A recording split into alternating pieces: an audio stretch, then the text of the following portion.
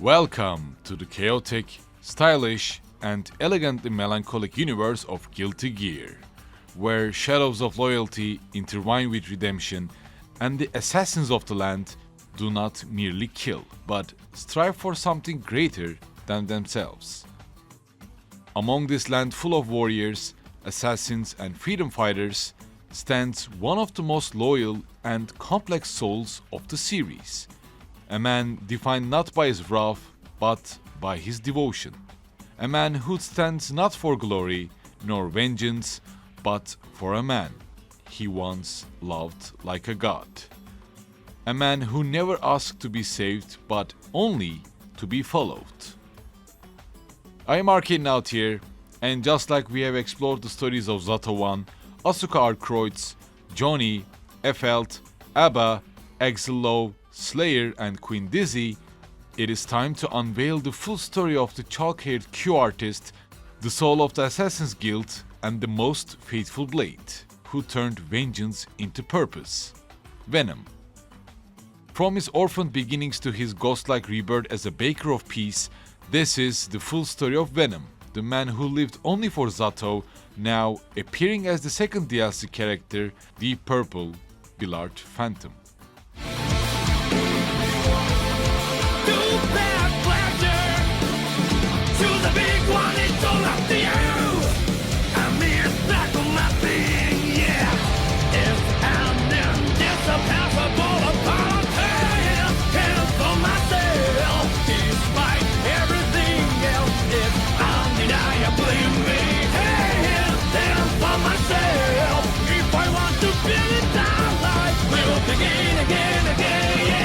Venom's story begins not with bloodshed, but with abandonment. Orphaned at a young age, Venom, whose real name remains lost to history, was cast into a world that had no place for the weak. Born with pure white hair, a trait seen as unnatural in his homeland, Venom was shunned and abandoned as a child. The people around him viewed him as a bad omen, and from his earliest memories, Venom was treated like an outcast. No parents, no friends, no family, just pure hatred from a world that never gave him a chance. He wandered the streets, starving and alone, forced to live as a vagrant while still just a boy. The pain of this rejection left a scar on his psyche, a deep, festering belief that he had no worth. At his lowest point, he was discovered and taken in by the Assassin's Guild, an underground syndicate of killers trained from youth in the art of stealth and execution. But even here, Venom struggled. Despite having the physical talent, something about him was off. His sensibilities, as the records put it, hindered his development. Venom wasn't ruthless enough. He thought too much, he hesitated. For the Assassin's Guild, Venom's conscience was seen as a defect. He was then marked for disposal. And here, in this emotional void, Venom began to give up on life itself, but fate had other plans.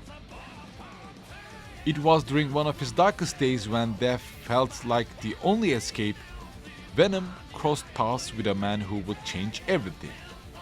This new figure appeared as the new leader of the guild, saving Venom from the abyss. He was Zato-ONE. At that time, Zato was already the leader of the Assassin's Guild, unlike the thugs and killers who made up most of the guild. Zato had one defining trait that made him different, a vision, so to say. He made a pact with the forbidden beast known as Eddie, obtaining immense power, marking himself as someone willing to sacrifice everything for strength. However, this relentless man saw no weakness in Venom, but a huge potential. For the first time in his life, Venom was seen and recognized. Instead of ignoring him like the others, Zato offered Venom something he had never known: a purpose. With Assassin's Guild becoming Venom's new home, Zato, the man who had saved him, would be Venom's new god. With Venom joining the guild again, he devoted himself entirely to Zato, not out of blind worship, but from genuine gratitude. Everything he did from that day forward, every mission, every battle, every drop of blood spilled, was for Zato's sake. This new purpose in life was salvation for Venom, not just as an blind loyalty but as an aspect defining Venom's identity for years to come. The Night of Knives drama CD expands upon Venom's years in the guild, with Venom's increasingly complex relationship with Zato and Milia Rage. Venom always knew about Zato and Milia's complicated relationship. The tension between the guild leader and his prize student was secret to no one. During one of their missions, Venom experienced the meaning of betrayal when Milia attacked Zato, leaving him to die to protect a young child monarch during an assassination mission. It is said that Venom despised Milia for her betrayal and wanted to take her out as soon as he defeated one of the guards of their assassination target. As he finds Milia and fights to her death, their duel goes on until they learn that Zato is alive but still in danger. Two form a temporary alliance to save both Zato and Slayer, fighting off monstrous creatures on the way. To Venom's surprise, Zato forgave Milia, though this event didn't stop her dissatisfaction with the guild, as she eventually fled for good. Her absence created instability within the guild, leading to Zato's capture and his eventual imprisonment until Testament frees him just before the events of the first guilty year. Milia's betrayal, Zato's imprisonment, and then Slayer's disappearance, this period marked a shift in Venom's heart. Zato forgave Milia, only to be captured and then to be devoured by Eddie, and for that, Venom never forgave Milia. Just because of her, he was alone all again. Venom made his first playable appearance in Guilty Gear X, and right from the start, his mission was clear: find Zato-ONE. With Zato gone, Venom steps up not because he desires power, but because he feels that he must protect Zato's legacy. Milia, now considered a traitor, becomes Venom's primary target. To him, her betrayal is not only personal. She didn't just abandon the guild, she also abandoned Zato. And for that, there is no forgiveness. In this era, Venom is characterized by a quiet fury. His devotion to Zato borders on obsession, and it drives all of his actions. Venom tries to reorganize the guild, maintain its operations, and begins hunting Milia in earnest. In his mind, he is not hunting an enemy. He is purely preserving his fate, keeping the legacy of Zato alive. As Venom is convinced there is a still chance to bring Zato back, his intelligence informs him with rumors and whispers. Somewhere, someone reported a Zato sighting. A shadowy figure who moved like him, spoke like him, but radiated something wrong. Venom chases the trail, tracking this anomaly, hoping to find the man who once saved him from the brink of death. As Venom follows the trail and during his arcade story in Guilty Gear X+, he finds the harshest of truths. Eddie, the Forbidden Beast, is now in full control of Zato's corpse. The man he once pledged his life to is now a hollow shell possessed by the very darkness he once wielded. Seeing his master animated through this cursed beast, Venom is shattered. Not crying, but fighting to find a way to bring Zato back. If Venom defeats Zato in normal ways, Eddie is subdued, with Venom realizing that Zato is gone. The man he idolized, the only one who ever gave him a meaning, is now catatonic, inert, or something worse. Already dead in every way that matters. Venom brings Zato back to the Assassin's Guild, trying to find a way to bring him back. However, if Venom defeats Zato through Time Over, Venom tricks Eddie into possessing his own body, revealing that he is willing to die if it means stopping Eddie and saving what little remains of Zato. By this point in the story, Zato had already been consumed by the forbidden beast Eddie. The man Venom had once loved and revealed was now nothing more than a puppet, his body manipulated by Eddie's will. Venom just couldn't accept this. To him, Zato was still alive, somewhere deep inside that monstrous form. And his journey in Guilty Gear XX follows this obsession, as well as Venom trying to stop Slayer from disbanding the guild. As he vows to restore the guild and to do what's necessary, with Zato presumed dead and Eddie gone rogue, and now in addition Slayer, the original founder of the Assassin's Guild, has returned not to reclaim his throne but to dissolve the guild entirely. Venom was furious. To him it was another betrayal. He takes up his cue and sets out to challenge Slayer to defend the last shred of what Zato left behind. The first crossroads of his arcade occurs when he meets Faust, and if Venom defeats Faust with a time-up, he heads towards the first ending where he faces Slayer to protect the guild. And if Venom defeats Slayer, the old vampire laughs and commands Venom's strength, implying that Venom still cannot kill him. Realizing the limits of his power, Venom locks Slayer in an iron coffin, continuing to preserve the Assassin's Guild. However, if Venom defeats Faust through a timeout, he is then led to another crossroads where his battle against Eno changes the endings. If Venom defeats Eno less than 50 seconds, he finds Eddie using Zato's body.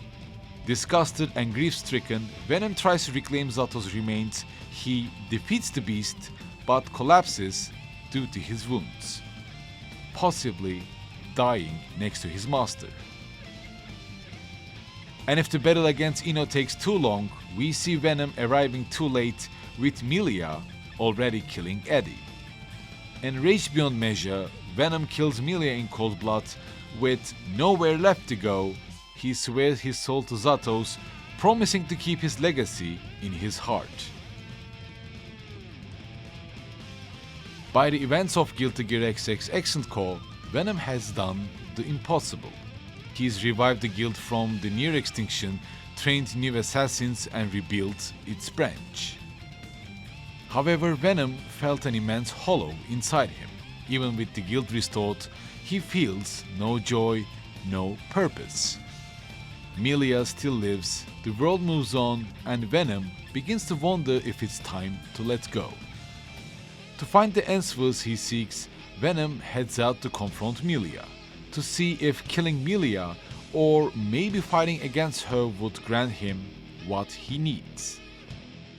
Although Venom's Guilty Gear XX Xrd Co arcade journey divides into two by Venom's answer to Kai Kisk, the endings shaped by Venom doing an insta-kill on Milia, or not. If Venom kills Milia with an instant kill, his path crosses with Eddie once again to have his revenge against the cursed beast. With both Milia and Eddie dead, Venom then disbands the guild entirely and vanishes, trying to find a meaning in life. We see Venom starting a new journey, a quiet life as a traveling pool player. During this journey he meets a young orphan named Eddie, with both of them having nowhere to go and having no family. Seeing that, Venom, without any hesitation, adopts Eddie. And if Venom defeats Milia by normal means, this time he spares her, realizing that her death would change nothing. Having an immense power of the guild and with no purpose, he then shifts his focus to post-war administration bureau, seeking justice, or perhaps a new mission. As he defeats the Justice Copy and declares war against the bureau, the newly trained assassins all hail him, as Venom then heads to war with a new, clear purpose.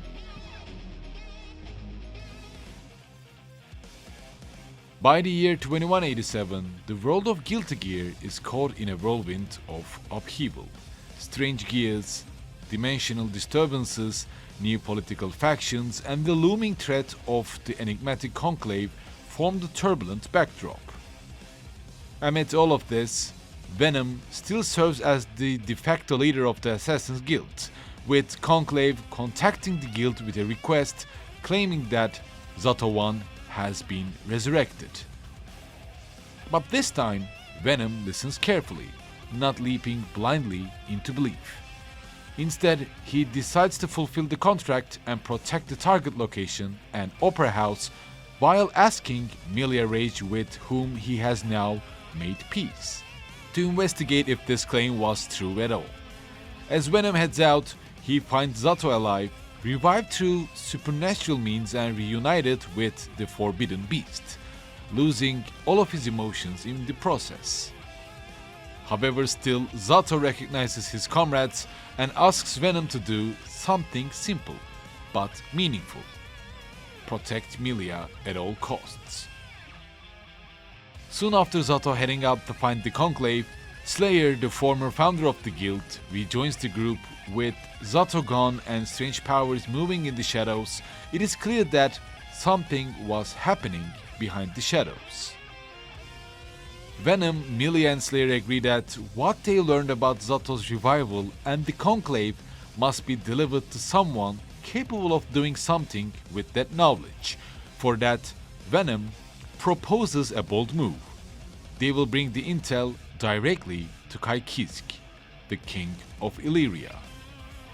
However, before they can act, Batman, a bizarre and deadly assassin aligned with unknown powers, launches a surprise attack with Venom and Milia knocked unconscious and Slayer wounded.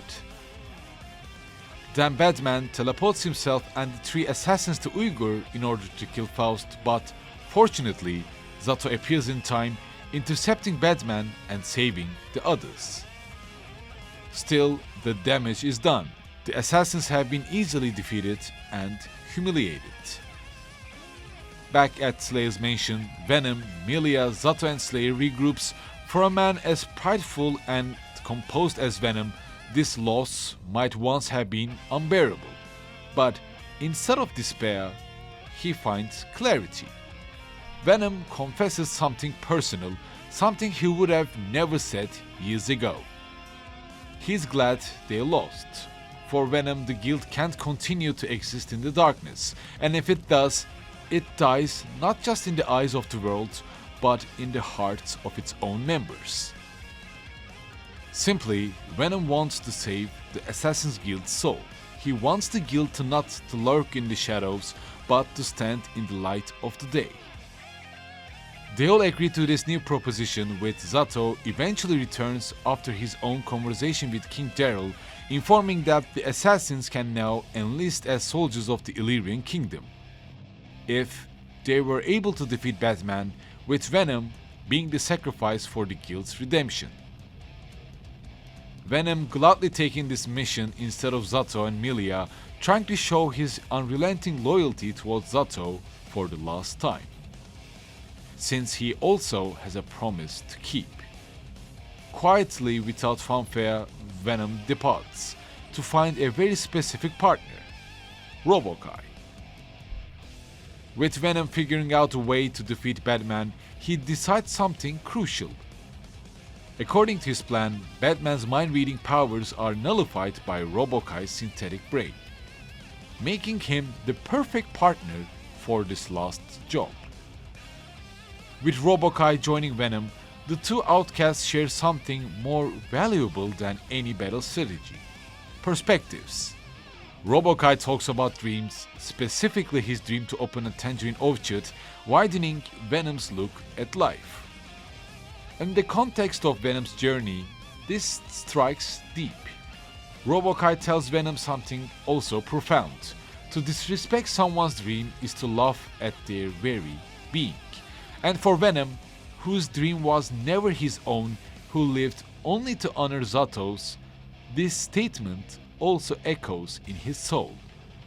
He apologizes to Robokai for dragging him into a world of darkness, but Robokai simply brushes it off. He was never lonely. He chose this, and now he also reminds Venom to focus on the mission. As the Illyrian capital comes under siege during Aerial's attack, Venom and Robokai intercept Batman as their roles are clear. Robokai prevents Batman from reading the thoughts, while Venom brings the fight. As Venom engages him, unleashing his Terra Machina system, an advanced high-risk technique that strains his very life force, he declares with a quiet fury that for the guild to be reborn in the light, he must be willing to sacrifice himself. At that point, Robokai fully self-destructs, separating Batman from his mechanical bed, leaving him totally vulnerable. In that instant, Venom executes his final spell, fatally wounding Batman. As Venom collapses, Robokai's disembodied head, still functional, carries Venom to safety using his tiny propellers. After these events, Venom vanishes, officially declared dead. With the guild now restructured, now walks a better path thanks to his sacrifices. However, in After Story B, Venom is found working as a street vendor, not a killer, not as a leader. Just a man in an alleyway earning enough money to rebuild Robokai's body. But peace doesn't last. A group of young assassins led by a man called Two Cave approach them, as they know who Venom is. They simply give Venom a choice: return to the wolves or protect the town. This time, Venom chooses the town. Surprisingly, Two Cave hands him the deed to a shop in the main shopping district, as we learn all of this was a test, sent by Zato himself, as he wants the Venom to live as humans do, and to finally have what he never could. With Robokai beside him, the former assassin lives a quiet life, baking bread, chatting with the customers as an ordinary human, completely leaving his past life until he arrives as the latest DLC character of Guilty Gear Strive. With the arrival of the 4th season of Guilty Gear Strive, a familiar Shadow returns to the stage as the second DLC character, not as a leader, nor a killer, nor as a grieving disciple, but as something much quieter and strangely much more powerful. Venom, once the assassin of Chalk and Q, steps out of obscurity to take up a new role in a world trying to move on from its blood-stained past. Officially declared dead following the events of Xrd, Venom has quietly built a life for himself. Well, of course with Robokai. But Venom is no longer bound to the Assassin's Guild. Instead, by day he works the ovens with quiet grace, serving pastries to local children and comforting the elderly with fresh bread and silent nods. But by the night, under the pale glow of the moon, Venom dons a different mask entirely, becoming the Justice's merciless hand, Phantom, a vigilante cloaked in the past, fighting injustice from the shadows with precision and purpose. No longer a hand of death, Venom delivers his justice in silence, punishing crime syndicates with none other than with Robokai, his rebuilt companion and partner as his trusted sidekick. In his arcade storyline, Venom's return does not go unnoticed. Leo Whitefang is the first to cross paths with him, his eyes widening in shock at the sight of the supposedly dead ex-leader of the guild. In their confrontation, Leo sees the political chaos of Venom's survival could ignite, implying that news about Venom could tear down what little credibility the new post-war administration bureau has left. Venom does a quiet nod to the life he now lives, and to the promise he made to those who helped him escape the world of assassins, a promise to protect without the stain of blood. For players who complete arcade mode below extreme difficulty, Runmetal Valentine soon arrives at Venom's doorstep, drawn by rumors of Phantom. Runmetal suspects Venom at first, as Leo joins the fight to clarify the confusion. But for those who challenge arcade mode on extreme difficulty, never losing a single round, Venom's story takes a deeper, more personal turn. After a final duel against Leo Whitefang, he lowers his sword and speaks not as a king, but as a man, accepting Venom's new persona of a vigilante. As Venom's last encounter ends with Runmetal, she also sees the truth in Venom's words. calling him Mr. Ghostbaker and implying they could also work together, preserving the peace. And of course, along with Venom's sidekick, Mr. Blender. As Venom finds a new purpose, also providing a new portable body for his sidekick Robokai, we reach the end of his story for now. And so, Venom's tale, steeped in sorrow, loyalty and quiet redemption, enters a new chapter. From an orphaned outcast clinging to purpose, to the unwavering shadow of Zato's will, and now to the Ghostbaker who serves justice in silence. Venom has finally found peace, not in death but in purpose, in protecting others the way he once wished to be protected. No longer defined by the Assassin's Guild, nor by the weight of Zato's shadow, Venom now chooses his own battles, his own causes, and his peace. With Robokai at his side, and a world still teetering between light and shadow, Venom stands not as a hero, not also as a villain, but as something greater. And I hope you enjoyed today's video. If there is any other fighting game or a Guilty Gear character you wish to see, be sure to share them by the comments below. Any humble support through Patreon and YouTube join is really appreciated, and I will see you soon by my next video.